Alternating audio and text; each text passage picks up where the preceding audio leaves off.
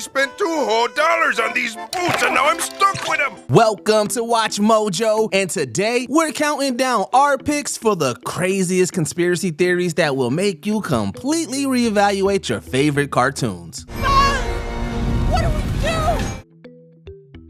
Number 50, Bikini Bottom is a nuclear test site. SpongeBob SquarePants. Who lives in a pineapple under the sea? Apparently the remnants of a radioactive testing operation. While Bikini Bottom doesn't seem like a particularly dangerous place to live, it notably shares its name with Bikini Atoll, aka the United States nuclear test site after World War II. Nuclear contamination has made this group of islands permanently uninhabitable. The radiation's effects on the environment would explain a lot of the peculiarities about the show, like how a sponge learned to talk. So, what's your name? Sandy. So, what do y'all call yourself? Or how a school of fish managed to create their own society. The answers are all in the history books, but that doesn't make them any easier to stomach. Where have I seen this before? Number 49, Bender's Reprogramming, Futurama. These days, everyone's favorite sociopathic robot is known for its vulgar and prejudicial outbursts. So it's odd to learn that wasn't always the case. Listen, buddy, I'm in a hurry here. Let's try for a twofer. Before Bender got, well, bent out of shape, he was a measly steel worker contemplating ending it all. But after a quick pep talk from Fry and a shock from a stray wire, his personality underwent a complete 180. Come on, Bender. It's up to you to make your own decisions in life. That's what separates people and robots from animals. And animal robots. As nice as Fry's words were, there's a much better chance the vote of electricity rewired some of Bender's code. It completely reframes not just the pilot, but the entirety of Bender and Fry's friendship. Shocking, isn't it? This is quite a shock. On the other hand, it's not surprising in the least. Number 48, Casper is the ghost of Richie Rich. Casper the Friendly Ghost franchise and Richie Rich franchise. Imagine a young kid with a cheerful smile and a penchant for well-meaning antics. Morning. Oh, no, please don't scream. I promise I won't hurt you. I'm a ghost. Yes, I admit it, but I'm a friendly ghost. You have to trust me. We could be describing either Casper the Ghost or Richie Rich. One look at them side by side is enough to prove there's more than a passing resemblance. What's more, they're both characters published by Harvey Comics. So, as morbid as it is to say, there's a possibility that Casper and Richie Rich are the same person. Just at very different stages of life, if you catch our drift. You don't have to take our word for it though. Ugh, yikes, they smell awful. Yes, quite true. Bart and Lisa Simpson believe in the theory, and who are we to say they're wrong? Well, you know what I think? I think Casper's the ghost of Richie Rich. Number 47, Donkey is from Pleasure Island, Shrek franchise, and Pinocchio. Despite pulling from all different types of fairy tales, there's one prominent character in Shrek with no clear origin, Donkey. Where did he come from, and how did he learn to talk? Well, it's no wonder you don't have any friends. Wow. Only a true friend would be that cruelly honest. The explanation is pretty simple when you think about it. He's from Pleasure Island. In Pinocchio, bad kids who visit and misbehave are sold into servitude and turned into, you guessed it, donkeys. What's going on?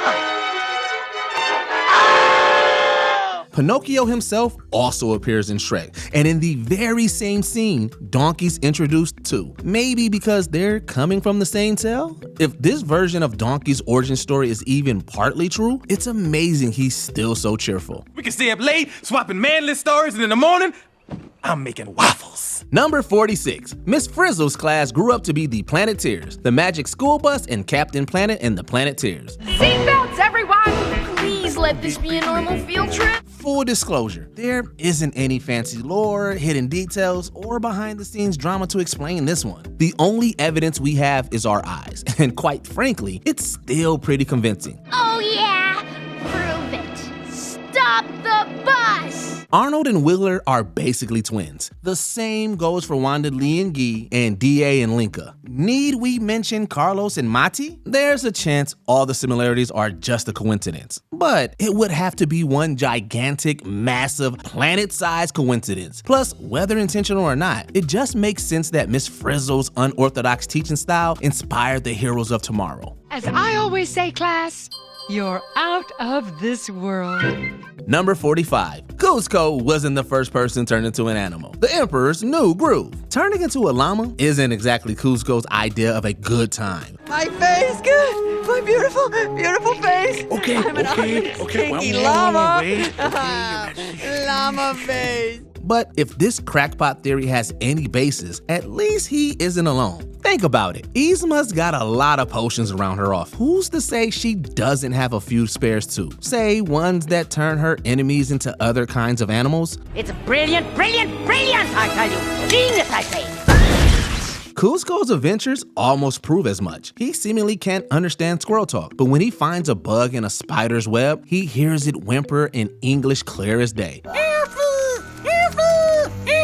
How could that creature have talked unless he was transformed by Yzma too? Scary stuff. Number 44, breaking the fourth wall. Rick and Morty. Mad scientists or not, you've got to give Rick some credit. He really knows how to make a portal. Hold on tight, Morty. We gotta get through the opening titles. Opening titles of what? Because of that, he and Morty have pretty much seen it all, including the other side of the fourth wall. While Rick and Morty is far from the first cartoon to acknowledge the audience, the portal hopping antics make you wonder. Morty, none of this is real. We're in a previously on spiral. Clear your head. After all that's happened? What if one of these portals brought them to our dimension, and that's how they know they're on a TV show? It makes about as much sense as everything else in Rick and Morty. That is to say, it's weird, but kind of works in its own strange way. Did he use a portal? He wishes. He wriggled back to the meta layer through a hole in the fourth wall. Put these on and help me find it. Number 43, Nemo never existed. Finding Nemo. Just think in a couple of days, we're gonna be parents. Yeah.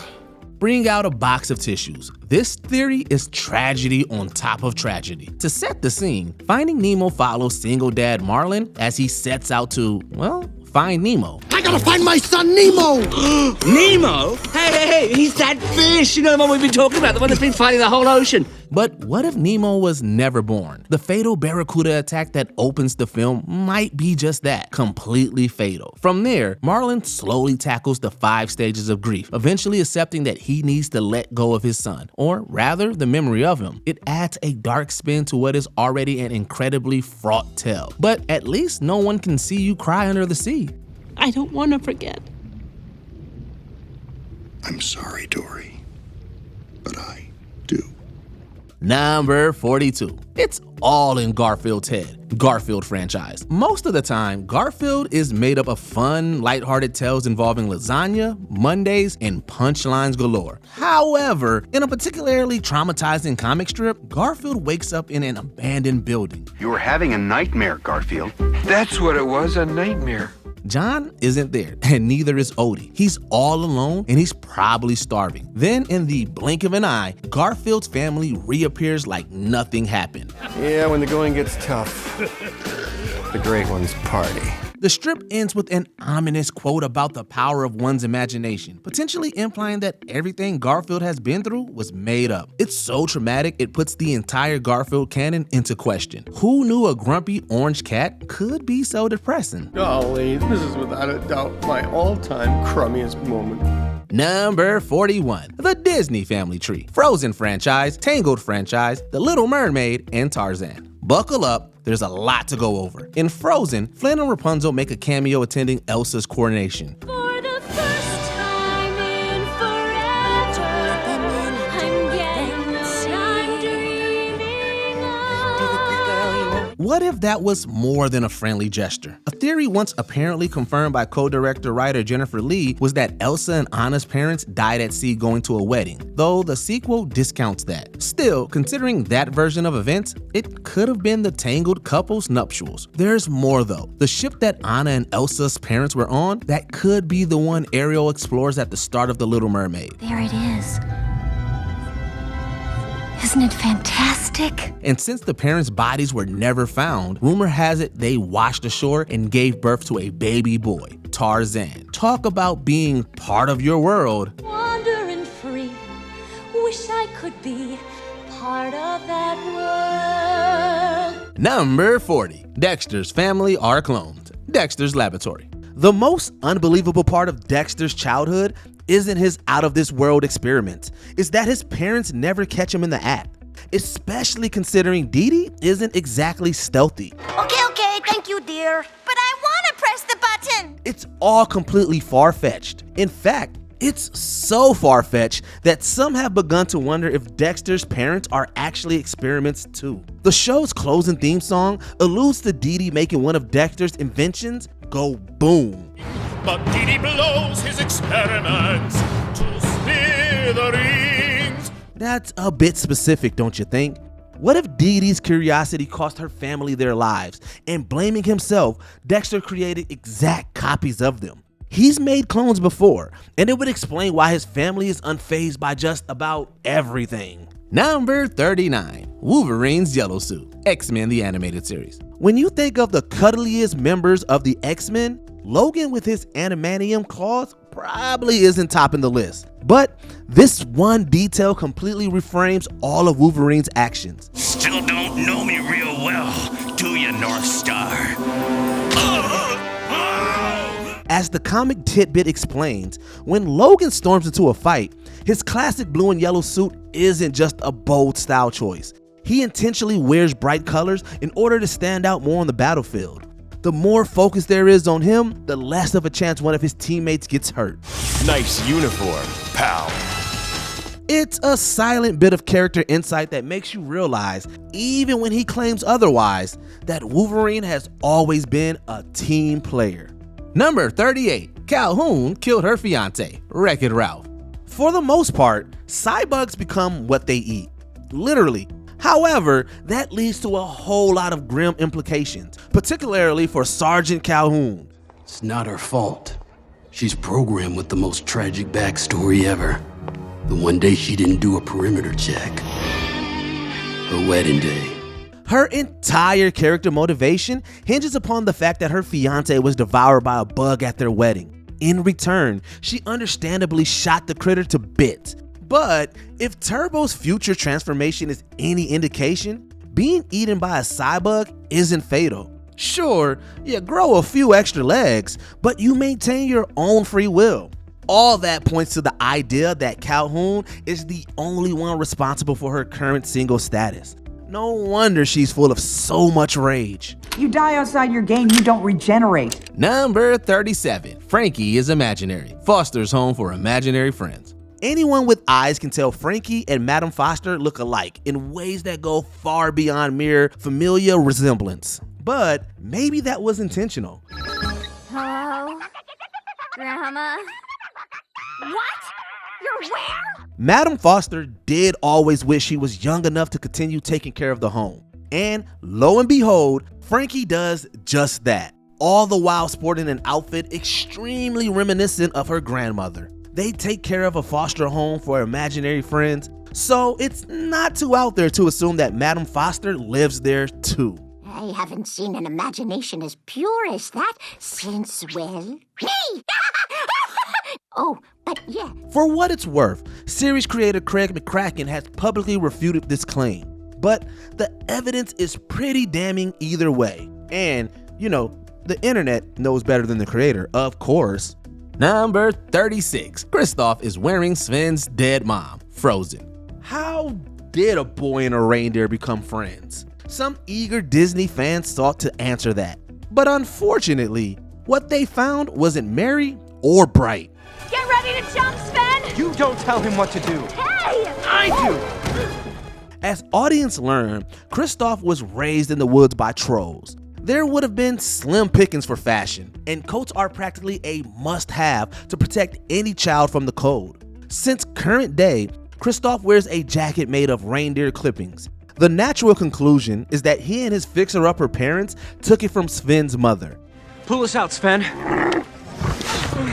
At the very least, Sven got a new parental figure out of it, but that doesn't make it any less haunting. Number 35, Comatose Danny Phantom. Danny Fenton got his ghostly powers by walking through a malfunctioning portal. Or so he thinks. This hypothesis asks, what if Danny never actually woke up from the accident? Are you sure about this? No, but you saw those things, those monsters, ghosts? Those ghosts were attacking our school. Yes, this is another age-old, it was all a coma theory. But this one actually has some good points behind it. Each of Danny's villains could be interpreted as a figment of his repressed psyche. I'll never turn into you. Never! Of course you will. It's only a matter of time.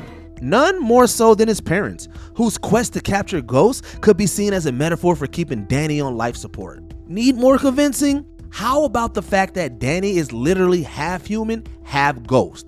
In hindsight, it feels a bit on the nose. Number 34, Black Death, Monsters Inc. The monsters do most of the actual scaring around here, but the kids' fear is very much mutual. Look no further than Sully himself. Just the mere presence of Boo has him practically showering in disinfectant. It's coming! It's coming!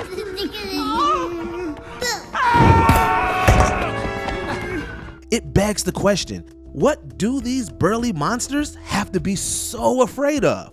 Well, a popular Reddit theory argues that maybe the monsters entered the wrong kid's room during the bubonic plague. If they unknowingly brought that lethal virus back with them, then it makes sense why monsters are so frightened of interacting with humans again. Although, to be fair, Roz and her team seem pretty well equipped for another breakout. None of this ever happened, gentlemen. And I don't want to see any paperwork on this. Number 33, Kim was genetically altered. Kim Possible. I'm your basic average girl, and I'm here to save the world. You can't stop me 'cause I'm Kim Possible. Kim's your basic average girl, or so says the theme song. But we don't know many teenagers who can kick butt like she can. No matter how much training she went through, it's still strange that a young girl could take on genetically modified supervillains. Unless, of course, Kim had been genetically enhanced too. Look at it this way. Both her parents are geniuses. Her younger brothers are already inventors, and she's a secret spy.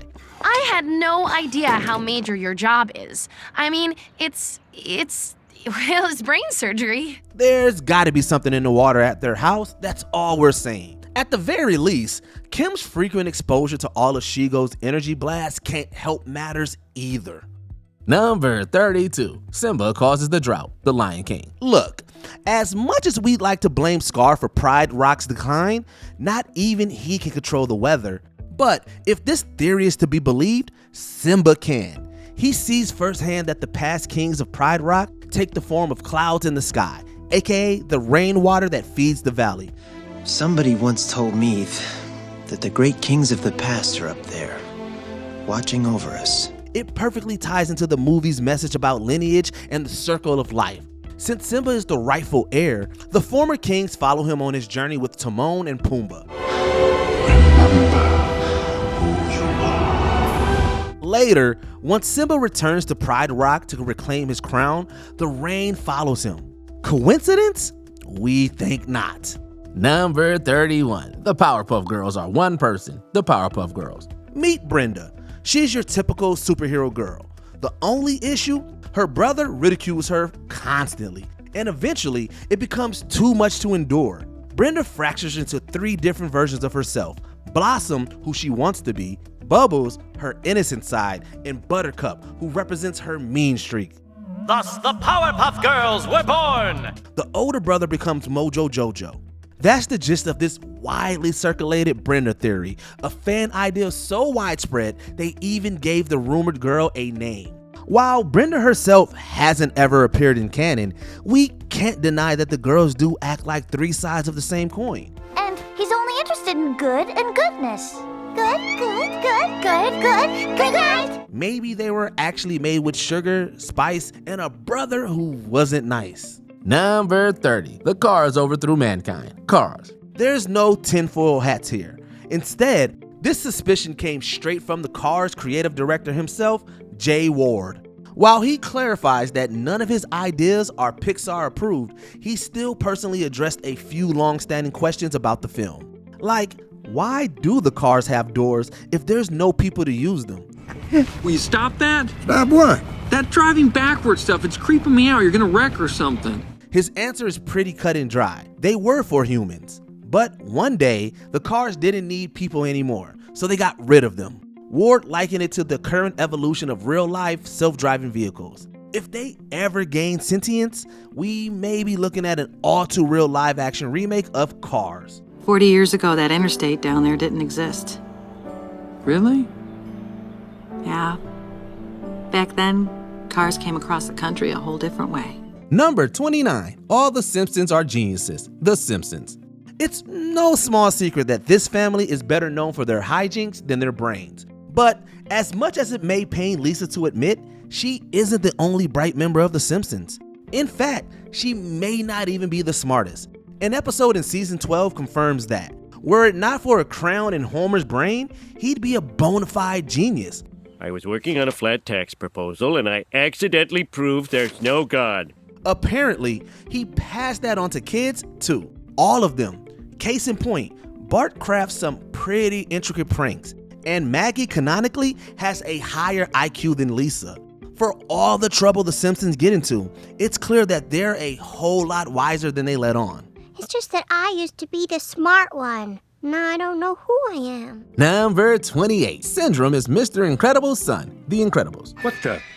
Who are you supposed to be? Well, I'm Incrediboy! In a world with no shortage of superheroes, why does Buddy fixate on Mr. Incredible? Well, the answer may lie in their looks. Buddy and Bob Parr do have passing resemblance, especially in their jaw shape. Maybe unbeknownst to Mr. Incredible, their connection runs blood deep. While Bob is a family man nowadays, he and Helen were often stretched to their limits, pun fully intended. An affair or a one-night stand is not out of the realm of possibility. Plus, remember how Syndrome takes a surprisingly amount of interest in Mr. Incredible's family? You married Elastigirl? And got busy! It's a whole family of supers! Yeah, his actions practically scream red-headed stepchild. He's already got the red hair too. Number 27. Phineas and Ferb don't exist. Phineas and Ferb. Fair warning. After you hear this, you may not be able to see Phineas and Ferb the same way ever again. Still here? Good. Ever notice how Candace almost never busts her brothers? See, Mom? I told you they weren't there. Oh, hi, boys. Hi, Mom. Come on, Candace, help me with the groceries. Let's go. Well, it's become such a running gag that many are starting to side with her parents. Maybe she's just imagining it all. The prevalent rumor is that Candace's brothers are a desperate ploy for attention that she conveniently shoves all her trauma onto. It sounds a bit odd, but keep in mind, this is a girl who semi-frequently hallucinates a talking zebra. Love the beard, Kevin. Compared to that, imagining two tech-savvy brothers is nothing. Number 26. Ellie's infertility. Up. As if the opening scene isn't heartbreaking enough, some eagle-eyed viewers discovered something that might make it even worse. On paper, Carl and Ellie meet, renovate their home, lose their baby, and that's that. However, using Carl's age as a ruler, it's safe to assume their house was constructed before people knew about the dangers of lead paint. The prolonged exposure from a renovation would probably cause lead poisoning. Occasionally, that can lead to infertility too. While there's no way of knowing if this is true for Ellie, it's the closest thing to an explanation Up offers. Either way, it explains why Carl takes so long to warm up to Russell. Are you in need of Thank any you, but I don't need assistance any today? help. Ow. Number 25. Avoiding the draft. Scooby-Doo, where are you? Here it is, gang. Rocky Point Beach. What a groovy spot for a beach party. These meddling kids never seem to settle down in one place for more than a single episode. They don't appear to be going anywhere in particular either. So why waste all that gas? Thankfully, this is a mystery you don't need a Scooby snack to solve. The long-rumored answer lies in the political climate the series debuted in. See, the first iteration of Mystery Inc. hit screens in 1969, right at the height of the Vietnam War. The gang could have been avoiding the draft and had to keep moving to stay ahead of the authorities. Well, maybe we can spend the night there. There? Yes, there. It would also explain why there's so much crime in the world. Although, the monster costumes are still a mystery. Number 24. Wile E. Coyote is in hell. Looney Tunes franchise. Picture this. You're trapped in a desolate wasteland, constantly taunted with your wildest dreams, but they're always just out of reach. Oh, and all the while, an annoying pest keeps laughing at you when you fail. Doesn't sound too nice, does it? Well, that's been Wile E. Coyote's life for the better part of a century. Meep, meep. Meep, meep. Ever since his loony debut, he's been humiliated, tormented, laughed at, and just about everything in between. All things considered, if this isn't some form of toon hell, we don't know what is.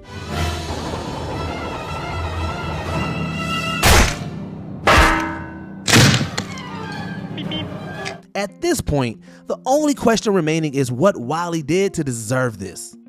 Number 23. Peter Pan is a cold-blooded killer. Peter Pan. Apparently, there's a very simple reason why kids don't grow up in Neverland. Peter kills them before they have a chance to. Peter Pan? You don't say? It's hard to believe, but the original novel, Peter and Wendy, heavily implies that Peter has had to put some of the Lost Boys 6 feet deep. Even though it's not overt, the implications alone is enough to turn the film adaptation into a straight-up horror film. After all, what was Peter planning to do with Wendy and the others once they grew up? Michael! John! We're going home! Thankfully, we never have to see. But still, this is enough to prove that Neverland is full of more than just faith, trust, and pixie dust. Number 22. Mr. Krabs plans to use his daughter for Krabby Patties. SpongeBob SquarePants. If there's one thing in the world Mr. Krabs loves more than anything else, it's money. So it's very suspicious that he puts up with Pearl's spending habits. Actually, it's weird that his daughter is a well in the first place. Throw in the fact that Pearl's mom is nowhere to be seen, and the theory starts to write itself. There, Mr. Krabs. I'm sure there's another way. That's it, boy! Maybe, all this time, the secret to the Krabby Patty formula has been well meat.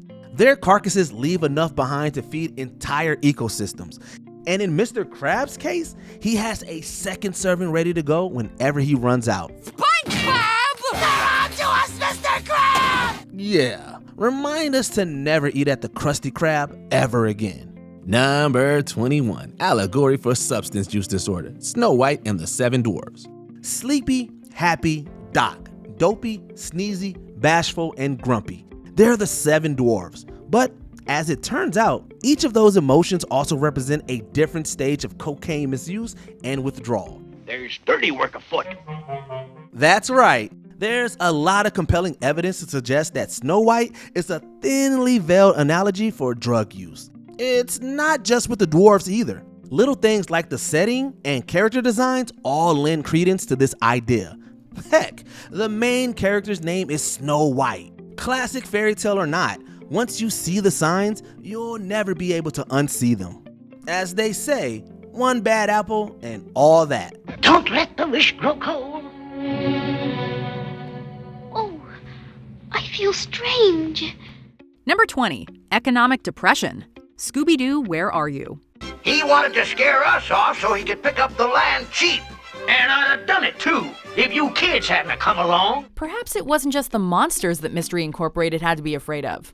According to one theory, the original Scooby-Doo series was actually set during a time when the economy had gone bust. Things were so dire that even well-known individuals like celebrities, intellectuals, and so forth became criminals to survive the desperate financial climate, all while dressing up as creatures so that the blame would not be put on them.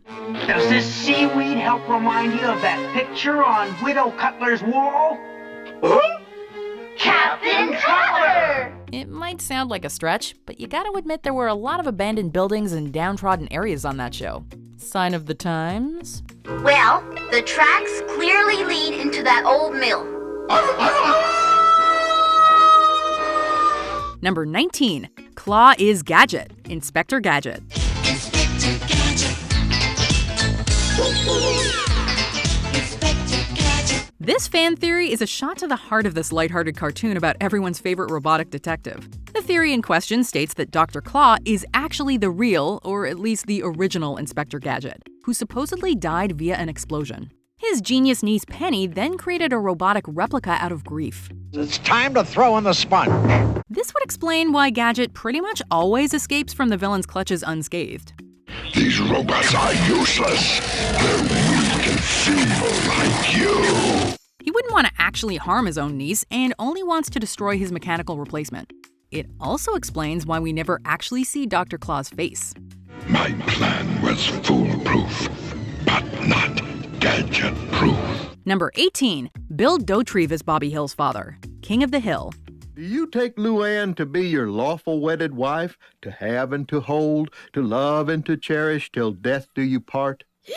That sounds like a yes to me. All right. It's fair to say that not all children turn out like their parents, whether it's in appearance or personality. But when it comes to Hank and Bobby, the difference is like night and day. Along with how dissimilar they are, fans of the show have pointed out that there are hints that Bill might actually be Bobby's biological father. My dad didn't buy me a car when I turned 16. He sold me one, and it was a lemon. Taught me the value of $1. My dad never sold me anything. You've got the physical likeness and the fact that the two spend so much time together bonding. Not to mention the little fact that Hank has a rather narrow urethra, which the Hills were originally told meant that they could never have children. Damn, Hank, you may be the king, but from the sounds of it, someone got with your queen. Although, I suspected as much when it took you 30 minutes to produce a urine sample. Hey, you want it done quick or you want it done right? Hank, please calm down. Number 17. The Flintstones live in the future. The Flintstones. Hey, Wilma, isn't this fun? It would be if you'd stop choking me. If you thought Bedrock's favorite family was kicking it back in the Stone Age, then this theory will make you think again.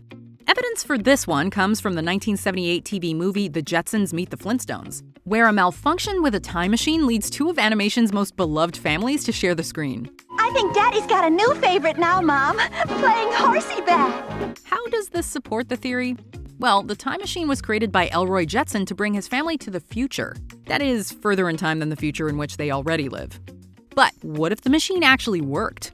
They're out of the past, all right. Some kind of crazy flying nuts. We know the Jetsons live in the sky, and perhaps they're doing that to avoid the nuclear wasteland below that's been brewing into another Stone Age. Maybe we've gone so far into the future, the time has started all over again.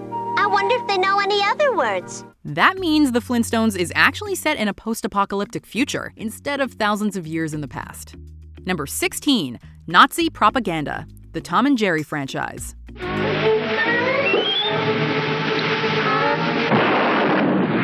You know the drill. Tom Cat tries his best to take out his mousy nemesis Jerry with all manner of nefarious and ill-conceived ideas. But were you aware that these two are the physical representation of countries? That's right, someone out there posted a theory that states Tom and Jerry represent the Tommies and Jerrys, also known as the British and the Germans, during the early years of World War II.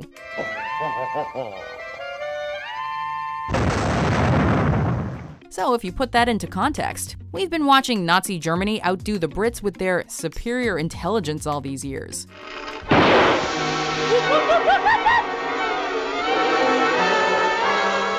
Number 15. Peach Creek is purgatory. Ed, Ed, and Eddie. Try to contain yourself, Eddie. The adrenaline of irreverence can be quite overwhelming. Did you ever wonder why we never saw Ed, Ed, and Eddie's parents and why they were perpetually stuck in the cul-de-sac? Well, this theory says it's because they're all stuck in purgatory. I was asked to mend the curtains by Mother. Every child should start their day by completing the tasks set upon them by their parents. No, we're not kidding. Each character apparently died as a child at different points in time and now remains confined to their suburban afterlife. For example, Rolf spends most of his time with farm animals because he died in 1903. Why do I condone such behavior? Eddie is so obsessed with money and wealth because he died during the Great Depression, and Ed loves comic books so much because he died right as their popularity soared, near the end of the Second World War. There is no X, Ed! Number 14. Post-traumatic stress disorder. The Donald Duck franchise.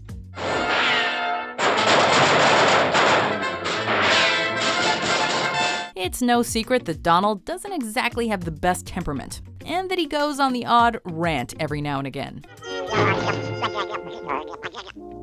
While most of us just find it funny and associate it with his character, some have claimed that his escalating rage is a result of his PTSD.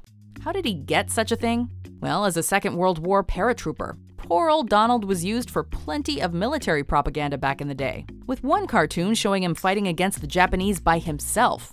That's bound to drive anyone over the edge. Number 13. Charlie Brown is dying of cancer. The Peanuts franchise. You thought Charlie Brown was just an unlucky kid who happened to have a receding hairline? Actually, according to this theory, he's got terminal cancer. Would you like to buy a nice Christmas wreath? Merry Christmas anyway, sir. God bless us, everyone. Not horrifically dark enough for you? The reason he always seems so down and life doesn't seem to give him a break is that his adventures and entire life are all an illusion. In other words, nothing but a dream created out of sadness for his brief existence. I just can't seem to do anything right. Each of his failures is just his own misery manifesting itself. Try to watch any Charlie special now without feeling hollow inside. I think I need help. Everything I do turns to failure. Number 12, Shared Universe, Samurai Jack. Crossovers are nothing new, and if fans even get a whiff that some of their favorite cartoons are entangled in some subtle or overt way, you can be sure they will find evidence of it. Given the history of Cartoon Network's properties making random cameos between shows, it's no surprise people latched onto this particular theory, which is that apparently everyone's favorite time-traveling samurai was roaming around the post-apocalyptic but past version of Townsville this whole time.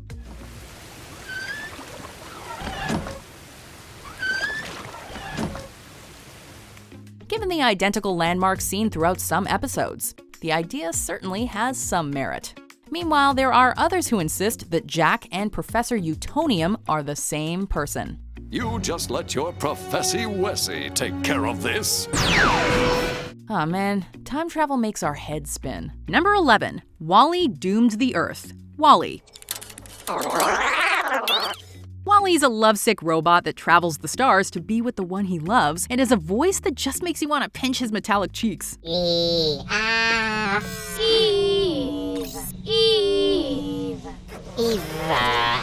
Well, what you didn't know about him is that this little guy actually doomed the planet. Didn't you wonder why the planet was covered in garbage at the beginning of the Pixar flick? That's because, according to this theory, Wall-E destroyed all of the other robots, took what he needed from their bodies to fix himself up, kept certain items of trash to decorate his home instead of compacting them, and left the robo-corpses of his fellow brethren scattered across the wasteland that was once Earth. Thanks, Wall-E! Number 10, Mr. Crocker's Ulterior Motives, The Fairly Odd Parents. Brace yourself, people, because this one is bleak.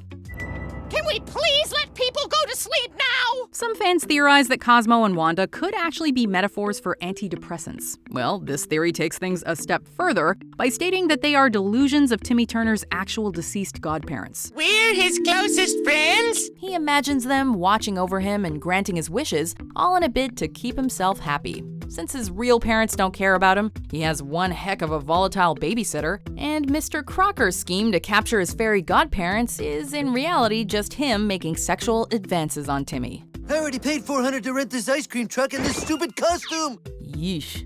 Number 9, Winnie and Friends Mental Disorders, the Winnie the Pooh franchise. The classic tales of Pooh Bear and his friends are beloved by children and adults everywhere. This makes things especially lovely considering this theory in which the timeless characters have each been diagnosed with a psychiatric disorder. We are not joking. Goes like this. Pooh is impulsive with obsessive fixations. So Pooh ate and ate and ate. Piglet has general anxiety. Do the bees know the plan? Tigger has ADHD. Why? That's what Tiggers do best. Owl is dyslexic. Rabbit has OCD. And not surprisingly, Eeyore is a major depressive. It's coming for fun and it makes you think. Oh, for the life of a bear. We could have seen the Eeyore one coming, but does this maybe mean Christopher Robin is their therapist? Number 8, Pinky is the genius. Pinky in the Brain. Just one question, though. Yes, Pinky? Where are we going to get all those harmonicas? How can one of cartoon's most lovable idiots possibly be smarter than the megalomaniacal mouse who dreams of taking over the world? Well, what if the brain is so loco in the head that all his thoughts of world domination are the result of madness? We shall found a nation, and that nation shall be called Brainania. The pair's endeavors could be nothing more than delusions in his oversized head. But even if they aren't, you only need to look a little more closely to see that more often than not, it's Pinky's observations and comments that make the most logical sense compared to the brain's ramblings. One is a genius, the other's insane. But which is which? I have obtained this rare prototype dilithium matrix chip. Yummy! Does that go with onion dip? If it did, Pinky, your dippy brains would be the perfect accompaniment. Number 7, the Pokémon War, the Pokémon franchise. Pikachu, Thunder Shock! For an anime about fighting pocket monsters, there doesn't really seem to be any horrifically mature content in Pokémon, at least as far as the original season is concerned. Or is there? According to this theory, the amount of gym leaders and organized crime, plus the fact that Ash and Gary are both missing parents, is because they are the generation born after a terrible war fought with Pokémon. You think you can play with the big boys? I'll send you home crying. Golem, go! While this creepypasta may seem more concrete with the video games, it does raise some interesting points. Where is Ash's dad anyway? Mom, you're embarrassing me! In front of all these people? Don't you know I'm a big kid now? Number 6, Timmy's on antidepressants, the Fairly Odd Parents. I don't see a smiling face. There it is! Nope, we're not done with Fairly Odd Parents just yet. While you may have thought that Timmy Turner was a lucky little boy with fairy godparents that could grant his every wish. Hello, Timmy. Shall we go for a ride? This theory proposes what you were actually seeing was a metaphor for Timmy taking antidepressants to ensure he made it through the day. How does this make sense? Well, this theory states that this scenario is possible because the godparents only appear when Timmy's life starts to take a tumble, but they aren't around when he doesn't need them. Little freedom fighter, we'll get you out of here! On top of this, too much use of their magic is shown to have disastrous results on Timmy personally. Go to your room and don't come out until you learn responsibility for other people's property. Number 5, Comatose Ash, the Pokémon franchise. And I hereby declare to the Pokémon of the world, I will be a Pokémon master! A lot of entries on this list involve the fantastical elements of their respective shows being nothing more than figments of the imagination. Pokeball, go!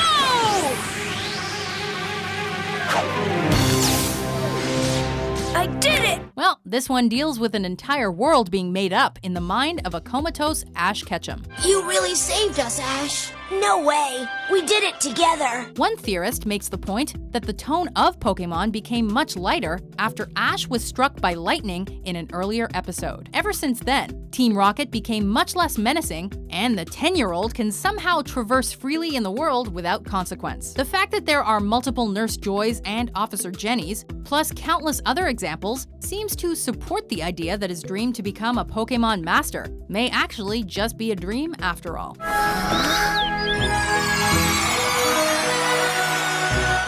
Number 4, the 7 Deadly Sins, SpongeBob SquarePants. You know, do some detective work. Detective work.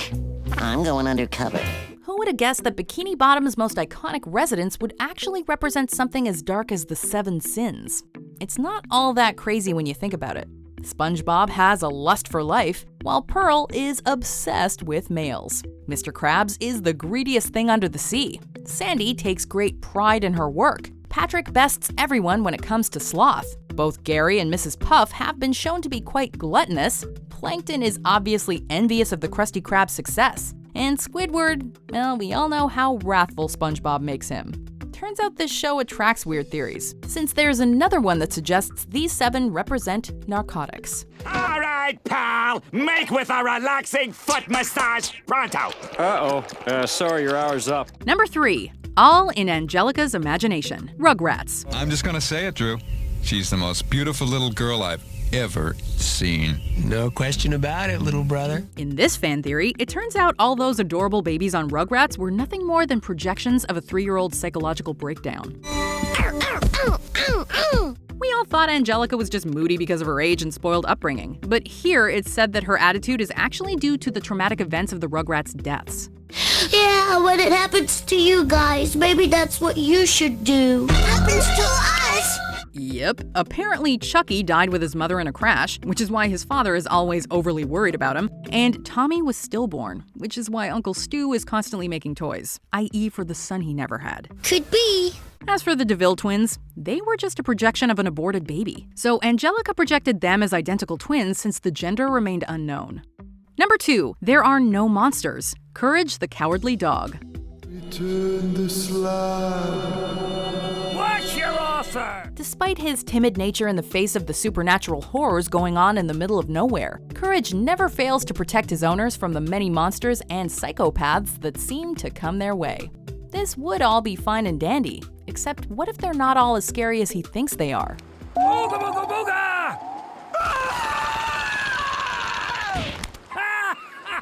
Given that he's just a dog and the world probably looks a lot different to him, the entire show could be nothing more than Courage's canine perception tricking him into thinking he and his humans are in danger, when the truth is, all those monsters he thinks he's seeing are just people. But to be honest, we're not sure if that's uplifting or even more depressing. The show don't go on for hours, but I can get you in real quick like. Before we continue, be sure to subscribe to our channel and ring the bell to get notified about our latest videos. You have the option to be notified for occasional videos or all of them. If you're on your phone, make sure you go into your settings and switch on notifications. Number 1. Allegory for the Holocaust, Toy Story 3. What? You want your mommy back? She never loved you. Don't be such a baby! There is no doubt that the third installment of the Toy Story franchise is definitely the darkest. However, we bet that you wouldn't have guessed that the Oscar-winning computer animated movie also seems to have some unsettling parallels to the Holocaust. Yeah, I know, it looks bad, but guys, you gotta believe me. First off, the toys are forced to leave their home and then find themselves at Sunnyside Daycare, where they're imprisoned and routinely mistreated and injured. My tail! Where's my tail? Near the film's climax, there's a scene that looks like they're all about to perish in an incinerator together.